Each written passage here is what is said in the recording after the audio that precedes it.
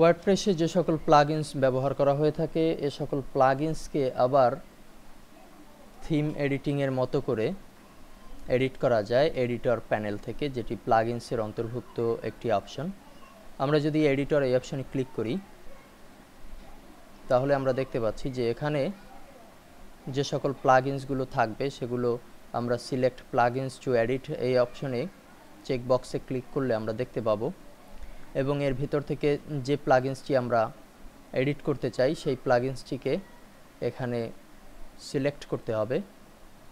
যার ফলে আমরা কিন্তু প্লাগইনসের অন্তর্ভুক্ত যে সকল ফাইলগুলো আছে সেই ফাইলগুলোকে এখানে দেখতে পাবো এবং প্রত্যেকটি ফাইলকে আলাদাভাবে সিলেক্ট করে আমরা এডিট করতে পারবো। তো এখানেও থিম এডিটিংয়ের মতো আগেরই কথা, যে যারা পিএইচপি সিএসএস অর্থাৎ ওয়েব ডেভেলপমেন্টের কাজ না জানবে তাদের এই সকল প্লাগইনস এডিটিং কিংবা থিম এডিটিংয়ের উপরে হাত না দেয়াই বেটার। এটি ডিফল্ট যে অবস্থায় আছে সেই অবস্থায় আপনি ব্যবহার করবেন এবং এর ডিফল্ট সেটিংকে ঠিক রেখেই আপনি আপনার সাইটকে সমৃদ্ধশালী করবেন, তাহলেই আপনি এ সকল প্লাগইনস থেকে বেশ ভালো একটি সুফল পেতে পারেন।